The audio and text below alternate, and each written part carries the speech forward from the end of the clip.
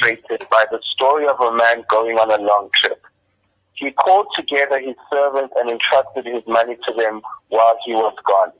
He gave 5 bags of silver to one, 2 bags of silver to another, and 1 bag of silver to the last, dividing it in proportion to their ability. He then left on his trip.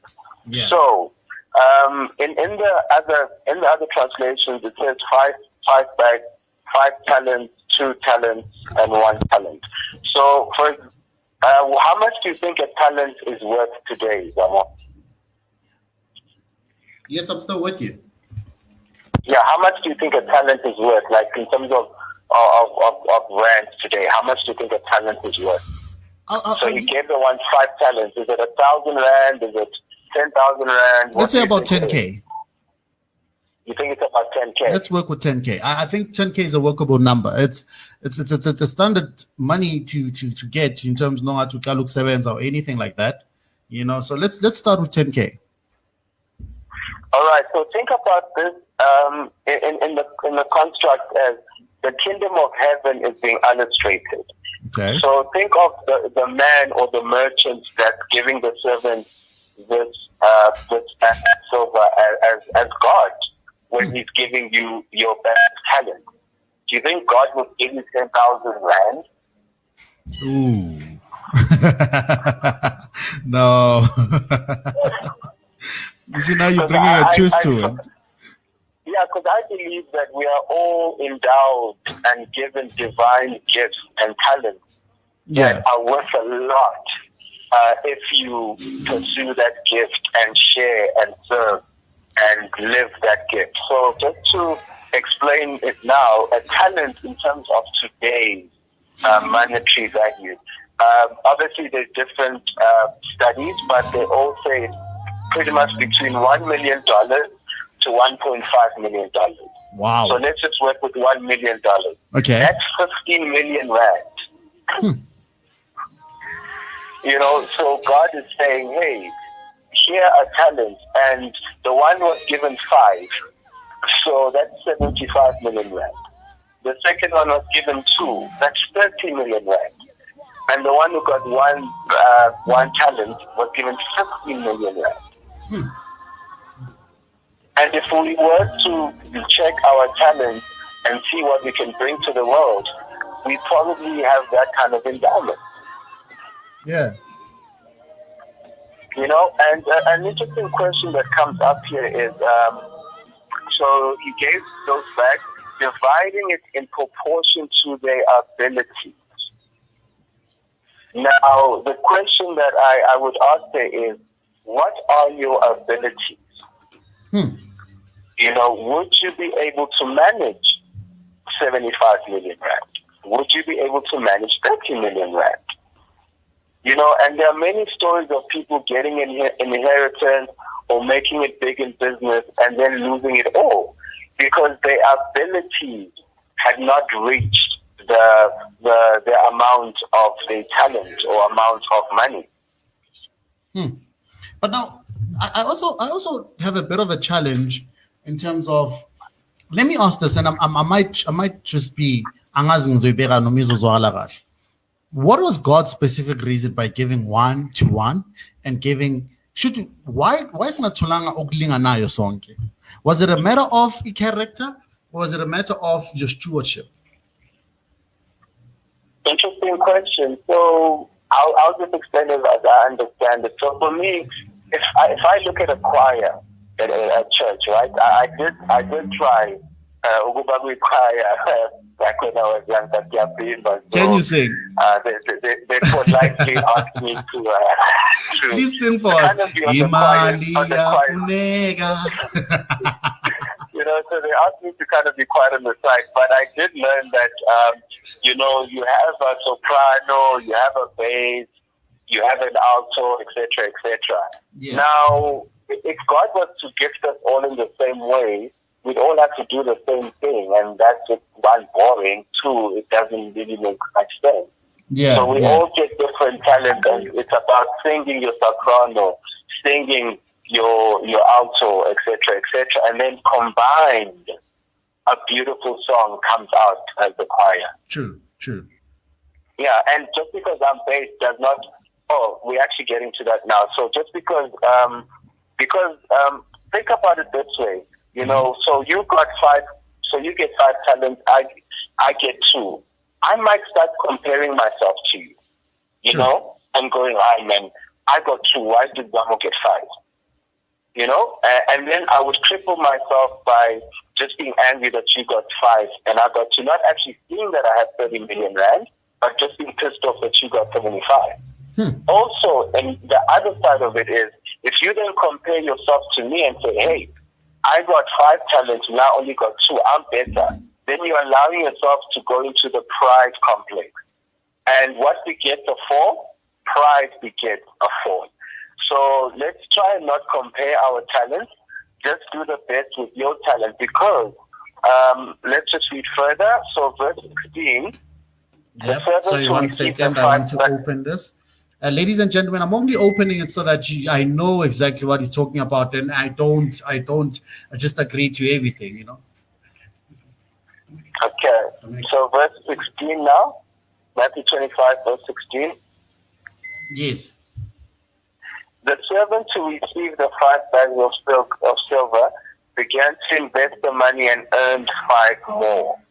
The servant with 2 bags of silver also went on to work and earned 2 more. But the servant who received the 1 bag of silver dug a hole in the ground and hid the master's money. Okay, before you go on, let me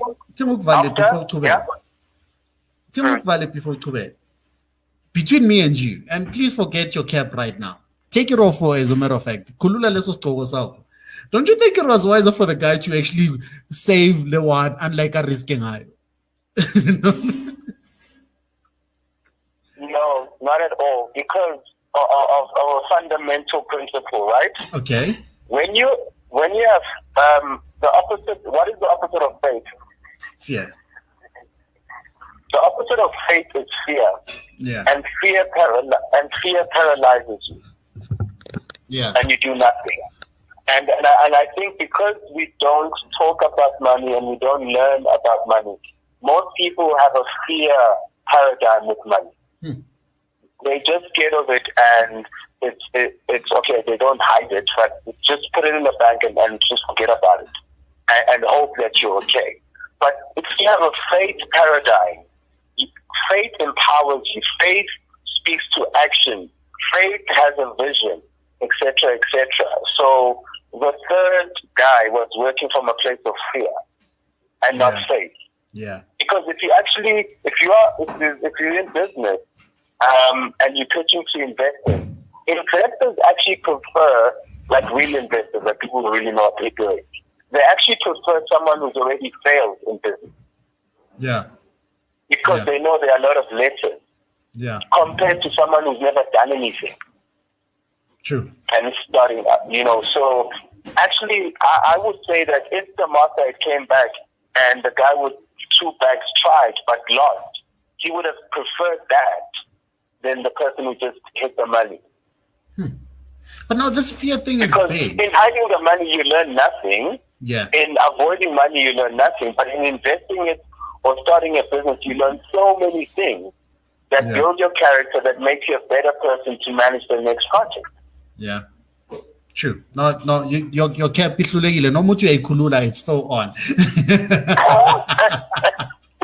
All right. Okay. So, okay. Then after a long time, verse 19. After a long time, the master returned from his trip and called them to give an account of how they had used his money. Yeah.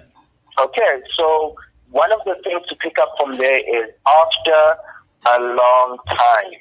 So they were given time. In this age. Yeah, so in this age that we live in, my brother, there is so much drive for instinct. Everything must happen now. Person registers a CK and they want to have millions the following year in the business, etc., etc. It takes time. I was watching this documentary of Morgan Freeman, the guy, the American actor with the voice. Yeah. And he started acting in theaters at age 20. We only remember Morgan Freeman as an old man. We know him as Most an of us, old when man. we think, yeah, we only know him as an old man. But he started in theaters in his 20s and only got like a big role, 40-something, 40, 50, I forget. But Listen to do you see how many years that is of him toiling? And when they were announcing his Grammy, I think, they said Morgan Freeman, the overnight sensation. Overnight? Sure. You've been doing this since you were 20. So the problem with the Instagrams and the Facebook and the social media lifestyle we are only seeing the highlight reel of people's journey. And if you watch the end of a movie, you won't understand the beginning, the body of that movie. And then you think that you can start your movie and then all of a sudden you must be at the end of that movie. It doesn't work like that. It doesn't. It takes time. It takes time. Okay, so the servant to whom he had entrusted the 5 bags of silver came forward with 5 more and said, Master, you gave me 5 bags of silver to invest, and I've earned 5 more. The master was full of praise. Well done, my good and faithful servant. You have been faithful in handling the small amounts, so now I will give you many more responsibilities. Let's celebrate together. Okay? The servant who had received the 2 bags of silver came forward and said, Master, you gave me 2 bags of silver to invest, and I have earned 2 more. The master said, well done, my good and faithful servant. You have been faithful in handling the small amounts, so now I'll give you many more responsibilities. Let's celebrate together. So there's quite a few things to pick up there. The one question I might start with is, who did better? The one who doubled 5 bags or the one who doubled 2 bags? I think they both did well because they both were able to double what was given.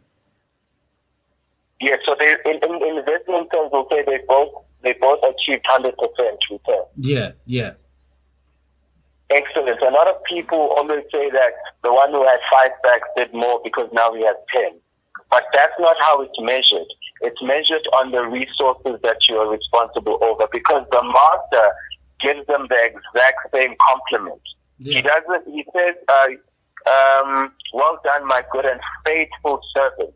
He doesn't look at the amount. He doesn't say fruitful servant or, oh yes, you got 10. No, you only have 4. He looks at being faithful over the talents and over the money that has been given to you.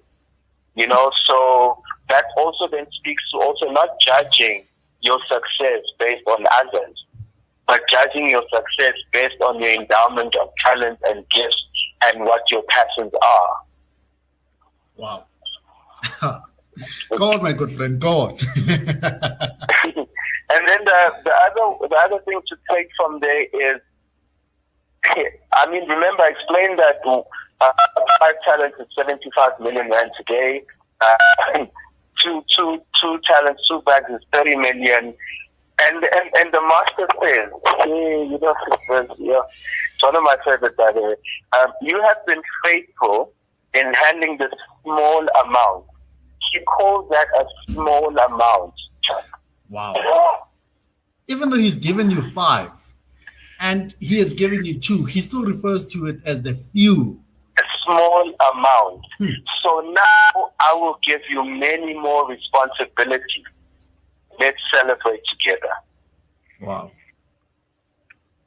You see that there, man. Like, Suchi, you've barely touched the surface. This was just a taste. So clearly with the guy Vela, the next guy we're going to be talking about, the one who did nothing, not only did he lose an opportunity to grow in terms of character, to grow in terms of knowledge, to expose himself to a position where he is able to learn, but he failed the test dismally. We're getting to him, but before that, for me, what this also shows is the abundance of God.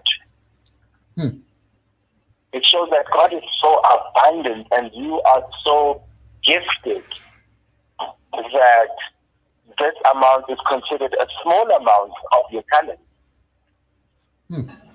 A portion. You know, okay, so let's get to him. So the third one. Then the servants with the 1 bag of silver, which is actually 15 million rand, came and said, Master, I knew you were a harsh man. Harvesting you didn't, harvesting crops you didn't plant, and gathering crops you didn't cultivate. I was afraid. Remember what we spoke about fear? Yeah, I was afraid I would lose your money, so I hid it in the earth. Look, here is your money back. Now, the question we need to ask ourselves and the listeners is, of the three, which one would you be? If you were to account for the talent that you've been given, for the opportunities that have come your way, for the cash flow and the money that has come into your life, have you doubled it in the last maybe 10 years?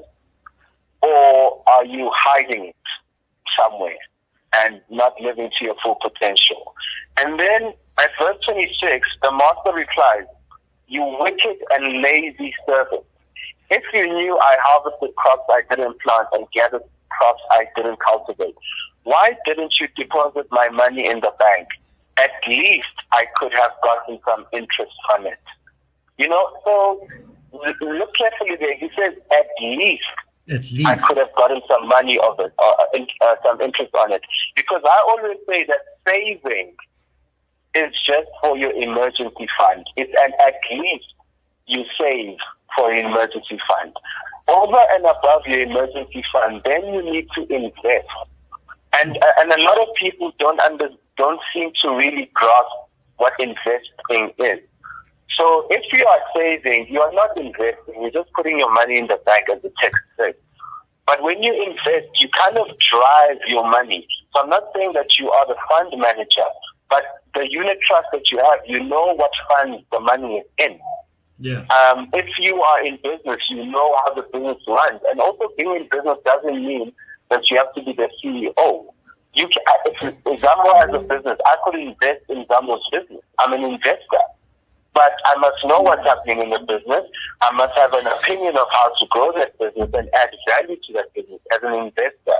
Because investor comes from the Latin word investere, which means to clothe, to put on, have a vested interest. But if you just take your money and put it in a fund and you have no cooking clue what happened, and then 5 years later you complain that it didn't really grow, but you weren't really investing because you didn't have a vested interest. You didn't know what funds it was in. So saving is a at least thing. But then you must teach yourself, improve yourself, challenge yourself, have faith in yourself to be a real investor of either real cash or in your talent. My good friend. Yes, sir. This is now hitting home. And this is not what I expected. Because now I'm being, as you are speaking now, I'm reflecting Uzamuguhle to your words. And I can be honest with you, my guy. You wake me up at 2 a.m., 3 a.m. in the morning. You ask me, tell me about you. I can say a mouthful. And that mouthful would represent the five coins that I've been given. It could represent the 2 bags, of gold coins. But when I look at my action and my life today, I am sure I'm operating like the third guy. You see, the third guy. I love how the master even says it in verse 24. Was it 24 or 25? Yes, 25. He says, if you know so much, if you know, Guti, this is not doable, this is doable, why didn't you at least do something? Because you have the knowledge. And that's why he refers to him as wicked and lazy. It's 26. It says, you wicked and lazy servant. He wouldn't refer to him as wicked and lazy for no reason or for the mere fact that he dug the money and kept it safe. But he's only referring to him wicked and lazy because he had knowledge of what to do and what not to do. And that's a lot of us today. We have the knowledge of what to do and what not to do. But how many of us can really say we are operating either like the first or the second man or the second servant? Can I defend the third servant? Okay. Maybe you're gonna help me out here. Defend me, my guy. Defend me. Yeah, and in defending him, I'm probably defending a lot of people, because most people, unfortunately, given that there's no financial education in schools, end up operating in as a third person. But another thing, and this is controversial. I don't mean to offend. It's just something to think about. Okay. He in 25, he said, "I was afraid." And in 24, okay, yeah, in 24 it says, "Master, I knew you were a harsh man." So harsh man and afraid. Now, there's this big, there's this common saying of the fear of the Lord is, the beginning of Dundun. And for me, I find that difficult, because I think of God as my father. Yeah. And I wouldn't want my son to fear me. I'd want him to respect me. I'd want him to love me, and stuff like that. I wouldn't really want him to fear me, because this third guy is operating from a place of fear. He sees God or the master as a harsh person. I don't see God as a harsh person. I see him as a caring person who wants the best for you. And where you falter and where you fall is where grace comes in. But if you fear him to the point of never trying anything, then you'd, one, not getting the grace, but also you're probably living a miserable life. True. So for me, I think a lot of Abazalwane, they operate from a place of fear, and fear. And I really think we should give faith a chance, and see how that works out. Because when I grew up, on Fridays, I kind of go to what I guess you'd call the white church at school with school friends and stuff like that. And then on Sunday, I would go to what you get to call a black church. Yeah. And the white church version was always such an abundant and friendly God image. And sometimes the black church would have a harsh God image. But speaking from the very same Bible. Speaking from the very same Bible. Yeah. So just for time's purposes, maybe let's just finish the reading. Okay. So at 28, he then he ordered, "Take the money from the servant and give it to the one with the 10 bags of silver. To those who use well what they are given, even more will be given, and they will have an abundance. But from those who do nothing, even what little they have will be taken away. Now throw this useless servant into outer darkness, where there will be weeping and gnashing of teeth." So if you mishandle the little that you have, or do nothing with your talent, they are taken away and given to those that manage it better. Yeah. Because I meet many people who say, "No, when I'm earning X amount, that's when I'll attend your course. That's when I will read your book. That's when I will manage my money." No, it starts with the little. Because how you do anything is usually how you do everything. If you are irresponsible with 10,000 rand, most likely you'll be irresponsible with 100,000 rand. Most likely you'll be irresponsible with a million. It doesn't mean just because now you're earning 100,000, you're going to start being responsible. Generation of money does not then make you a good money manager. Yeah. But I think the most important thing to pick up here, especially with what you're saying with regards to the third man, is that between these four men, the three being the slave and one being the master, the one thing that spoke or speaks the most is character. I don't know if maybe that's what I'm picking up and it's not even there. No, definitely strong elements, because abilities could also be seen as character. Yeah. Based on their abilities, based on their character. Yeah. And I'm looking at how you are now defending this man, and I want to agree with you so much, but I still want to believe that I need to find a reason as to why I am now choosing to take the very same effort that I could be using to multiply my bags. I'm using it to dig a hole, ensure that I put in the bag of gold, and then I cover it up nicely, and then I mark it to say I should not forget where I've done this. And if you can think of all the efforts, I mean, that's the very same effort he could have used to now use as to double his money or double the master's money, but he didn't use it. So in his defense, him being afraid is one thing. But I also do believe that, the master, even though he was a harsh man, he still wanted that effort. He was looking for effort, nothing more.